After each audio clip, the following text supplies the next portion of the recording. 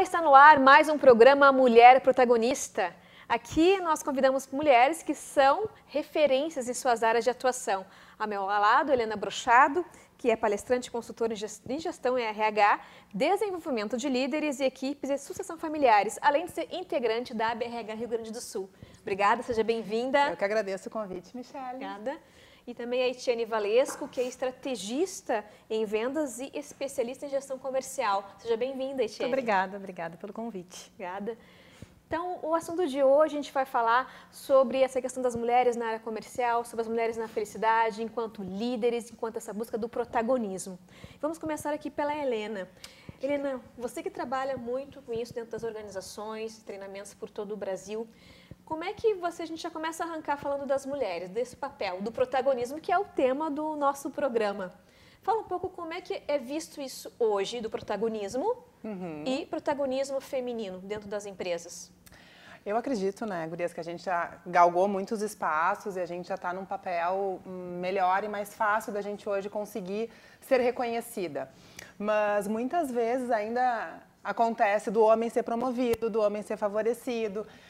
Mas acho que muito em função da gente, que muitas vezes quando acabamos sendo mães, quando optamos por ter um filho, muitas vezes algumas mulheres decidem não continuar mais com a carreira profissional e abrem mão disso, querem um horário mais flexível, querem o que é possível e é muito legal, mas às vezes as empresas não estão prontas para esse tipo de decisão.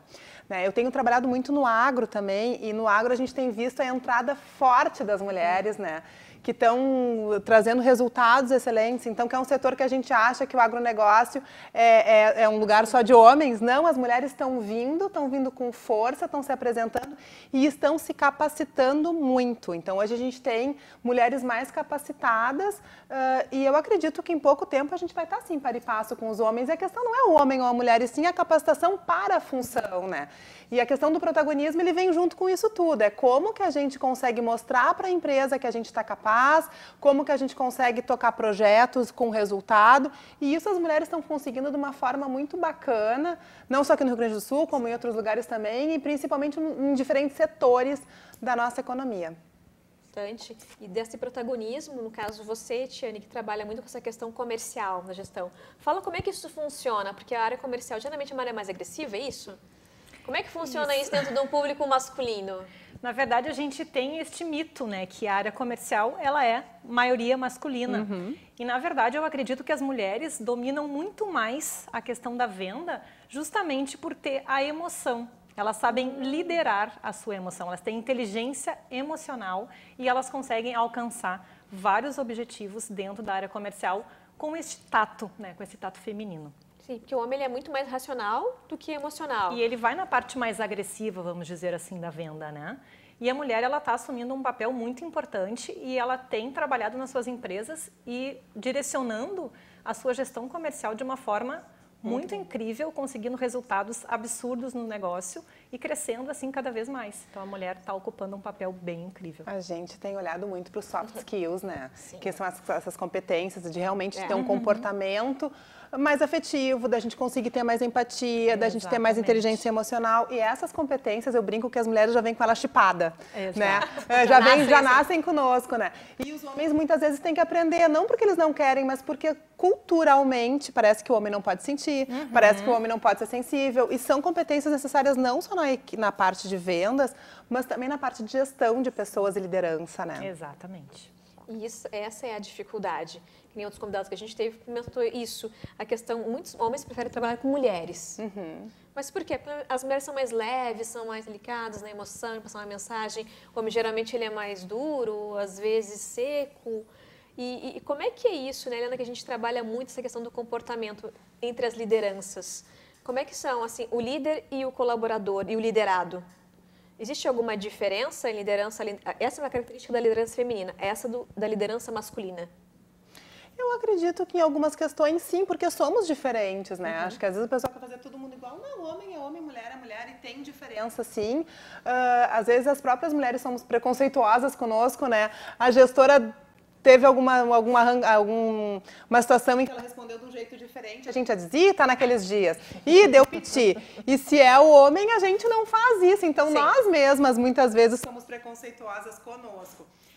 Se homem prefere trabalhar com mulher ou se mulher prefere trabalhar com homem, eu sentia que há uns 10 anos era mais intensa essa questão de mulheres quererem trabalhar com os homens e dos homens trabalhar com mulheres. Hoje eu não sinto tanto essa demanda, assim, eu quero uma vaga em que seja um homem. A gente tem muitas mulheres engenheiras que a gente não tinha antes.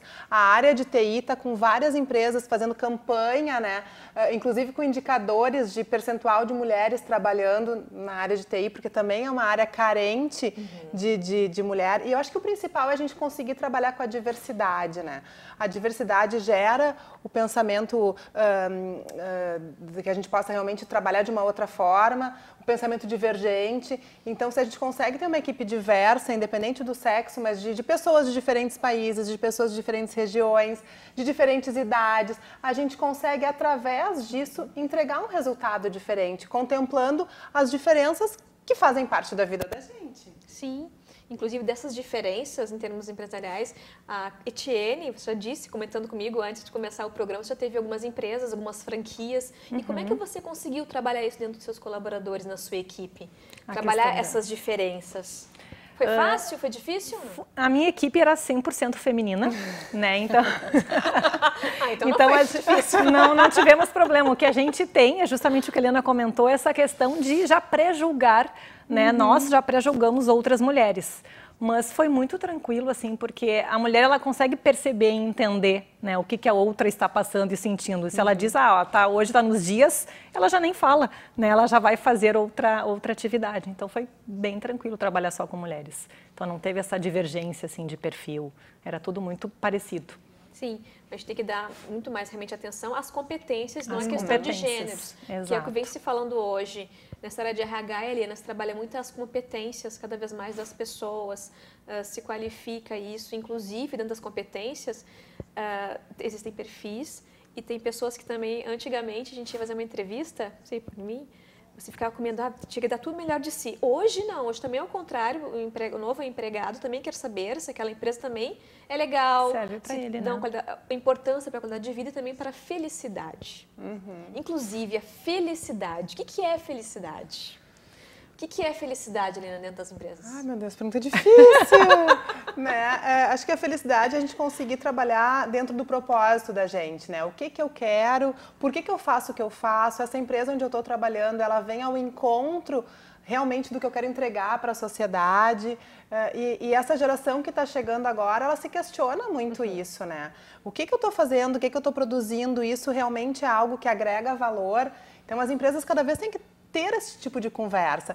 E o que a gente nota é que os gestores têm dificuldade de falar, muitas vezes, sobre carreira, falar sobre os próximos passos. Então, eu digo para o pessoal, não é que o gestor não queira falar sobre isso, o gestor muitas vezes não sabe como abordar isso, né? E felicidade passa também por isso. Então, a gente tem gente se questionando o que é ser feliz, como é que é ser feliz, não sei o quê, e a gente tem empresas que poderiam, e porque fazem coisas maravilhosas, mas não conseguem traduzir para o seu colaborador tudo que vem entregando para a sociedade em termos de valor agregado, em termos de produto, a preocupação que muitas vezes os empresários têm com o contexto social, mas muitas vezes isso não chega para os colaboradores.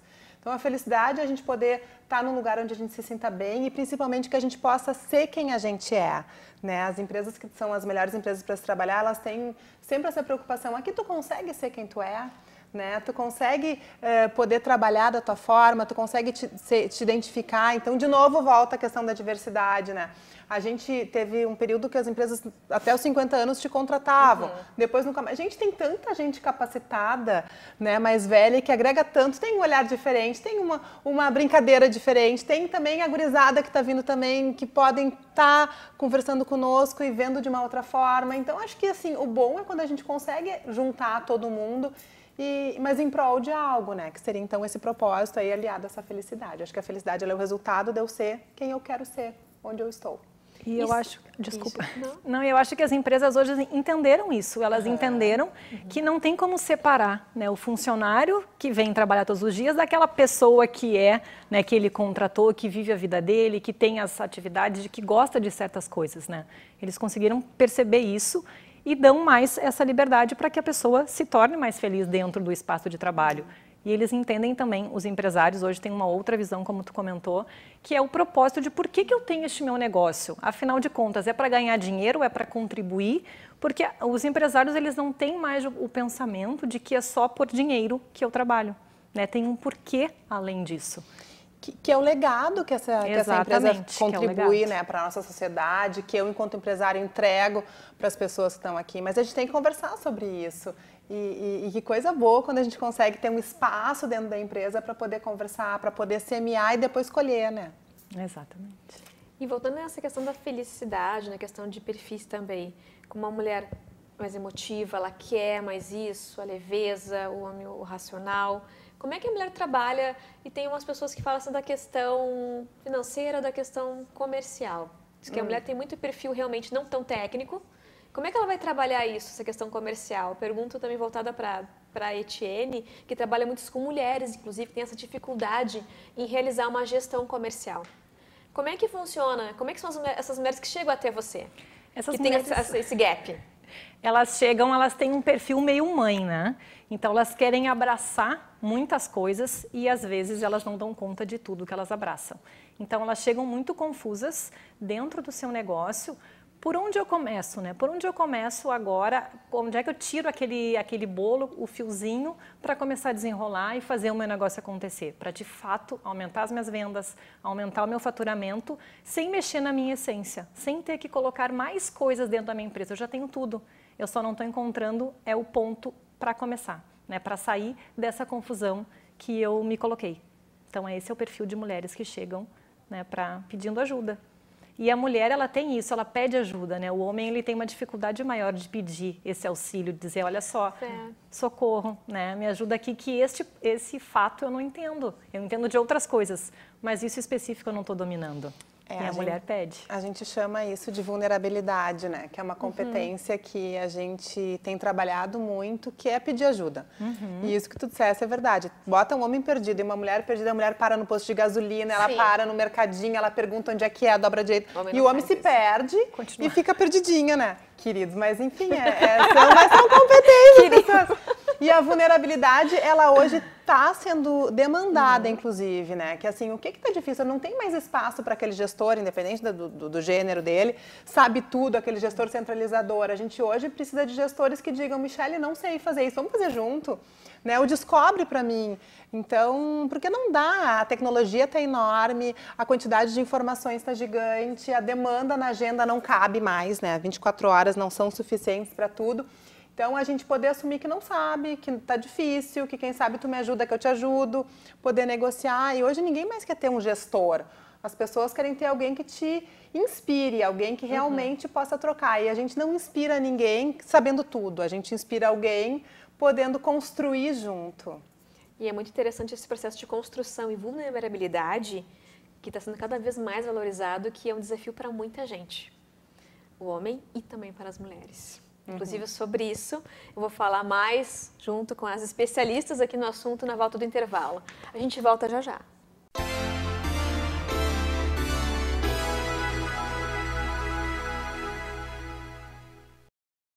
Olá, voltamos para mais um bloco do programa Mulher Protagonista. Aqui recebemos mulheres que são referências em suas áreas de atuação. Ao meu lado, Helena Brochado, palestrante, consultora por todo o Brasil. E aqui também Etienne Valesco, especialista estrategista em vendas e gestão comercial.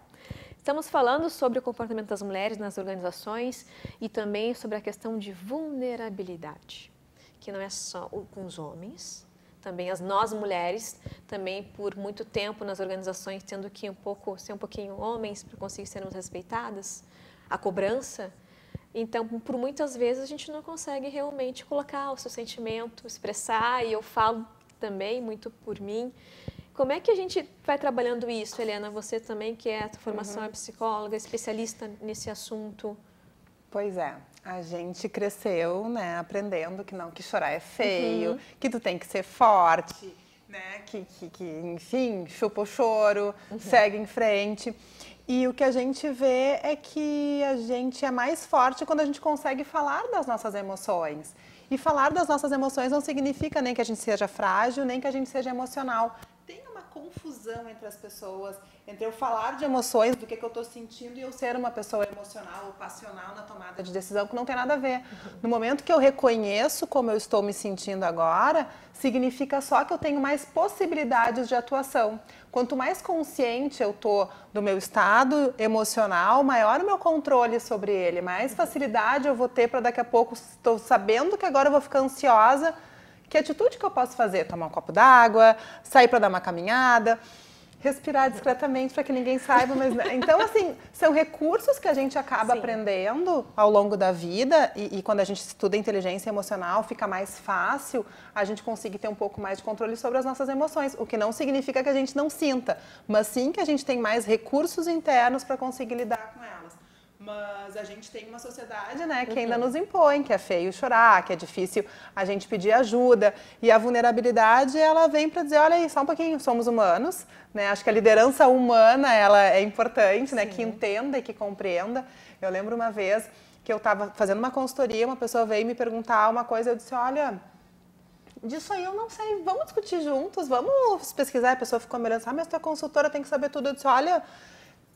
Não. Né? E a gente discutiu, chegamos à conclusão, fizemos um projeto que ficou super legal. Mas através de eu assumir que, olha, isso para mim não está claro. Se tu quiser, a gente pode estudar juntos e a gente pode chegar a um resultado em conjunto, mas talvez eu não saiba de tudo. E que bom que eu não sei de tudo, porque a vida é bem sem graça, né? Se a gente souber de tudo o tempo inteiro. Saber de tudo é uma coisa muito... É uma cobrança, realmente, que a gente traz isso numa base familiar também, muitas vezes. Mas os gestores foram ensinados a saber tudo, tinham que dar conta, eram gestores super-heróis, né? Mas se a gente for olhar até os super-heróis, quando eles chegam em casa, eles tiram a sua capa de super-herói, de super-mulher, e eles são meio desajeitados, né? Olha o Clark Kent, ele usa óculos, ele tem essas dificuldades. Então a gente também tem que saber que por trás de uma capa daquela pessoa tem alguém que sente. E que coisa bem boa se a pessoa não precisar usar essa capa e puder ser quem ela ser conosco, né? Sim. E como é que é essa questão para você, Tiane, da vulnerabilidade? Você tira essa capa quando chega em casa ou não? Eu acho que num ambiente seguro a gente consegue tirar, né? A questão dessa vulnerabilidade é o julgamento. A gente tem muito medo do julgamento do outro. Então, se eu demonstrar aquilo que de fato eu sou, eu sinto, o que o outro vai pensar? Ele vai colocar o meu sentimento em comparação com a minha competência. Então, se eu estou ali me mostrando esses sentimentos, eu não sou tão competente assim. E aí começa essa questão de comparação e por isso eu acredito que a gente acaba se fechando. Não mostra porque tem medo de ser julgado por isso, né, pelos nossos sentimentos. Sim, como é que a gente corta isso? Como é que a gente realmente começa a, sim, sou sensível, sim, eu choro e ser visto de uma outra forma? Existe uma fórmula para isso? Eu acho que quando a gente para de se preocupar com a opinião do outro, né? Quando a gente não dá tanta importância para o que o outro pensa, porque a gente cria na nossa mente uma situação que talvez ela não exista. Nós estamos criando uma coisa que pode ser que aconteça. E aí a gente acaba sofrendo antes sem necessidade. Então, quando a gente desapega desse pensamento do outro, do que ele vai pensar ou achar da gente, eu acho que a gente consegue ser mais natural, né? A gente consegue se entregar, vamos dizer assim. Eu acredito no que tu está falando e complementando isso, nós somos 100% responsáveis sobre o nosso comportamento, sobre nós, né? Agora, sobre o outro... A gente não sabe nunca, às vezes eu lembro uma vez que eu fui dar aumento para uma pessoa e ela começou a chorar e era a única reação que eu achei que ela não iria ter. E era chorando de emoção, de gratidão pela lembrança de quando ela começou a trabalhar, tudo, né? E me surpreendeu. Então a gente nunca sabe qual vai ser a reação do outro. O que a gente tem que saber é que acho que a gente está dando o nosso melhor, a gente está entregando o nosso melhor, seja através do afeto, seja através do resultado, né? E bom, como isso vai bater na outra pessoa, aí já é responsabilidade da outra pessoa, né? Mas a crítica e o julgamento dentro das organizações, ela é super alto. O tempo inteiro nós estamos sendo julgados, a gente está sendo analisado porque tem a promoção, porque tem a contratação, porque tem o bônus. Então, nós vivemos num regime de julgamento, né? Mas quanto mais isso for intensificado, maior a dificuldade das pessoas poderem ser quem elas são, maior a dificuldade delas conseguirem ter o pensamento divergente, que eu bato muito nele, porque ele é o que faz com que a gente saia da nossa zona de conforto, né? Ele é o que faz com que a gente entregue além, que a gente seja criativo. e eu só vou conseguir fazer isso se eu não tiver o tempo inteiro tendo que estar me cuidando do julgamento da outra pessoa. E nós nos criticamos muito também, né? A gente está sempre exigindo mais e querendo mais e nunca é o suficiente. A gente está sempre querendo o tempo inteiro um passo na frente. Superar. Justamente isso falando, e como é que a gente consegue negociar tudo isso? Inclusive, negociações com a vida, Helena? É uma palestra que eu tenho. Isso, Helena tem uma palestra muito interessante, negociações com a vida. Inclusive, você trouxe um estudo que você fez em Harvard, é isso? Isso. Sobre negociações, trabalho e com a vida. Como é que a gente consegue, trazendo um pouco desse teu conteúdo que você tem, como é que a gente atua isso negociando com a vida, com as pessoas? Pois é, a negociação com a vida ela é muito importante, porque, em primeiro lugar, a gente tem que saber que a gente não tem controle sobre tudo. Né? Então, assim, não tenho controle sobre tudo. Eu posso tentar influenciar ao máximo, mas também eu tenho um limite da minha influência. E chegamos num momento que a gente tem que aceitar, né? A situação como está. E aceitar, não assim, tá bom, aceitei. Né? É aceitar de coração e que isso faça sentido para ti. Dizer, olha, até aqui eu fui, eu tentei controlar o que eu podia, eu tentei influenciar onde eu podia, até aqui depois... São questões da vida, né? E dentro da negociação, o que a gente aprendeu muito lá no curso foi a importância do relacionamento e a importância da gente se comunicar bem. Né? Então, se a gente quer negociar, seja na equipe comercial ou em qualquer lugar da vida, porque eu acho que a vida, a gente já começa na vida negociando e a gente só vai parar de negociar o dia que a gente for para um outro mundo. Relacionamento e a parte de comunicação são competências básicas para qualquer tipo de comunicação, né? Eu só vou negociar com alguém, eu só vou evoluir num contrato se essa pessoa me passar confiança. E a confiança, ela é resultado desse relacionamento e dessa comunicação bem feita. Isso, que é uma comunicação empática?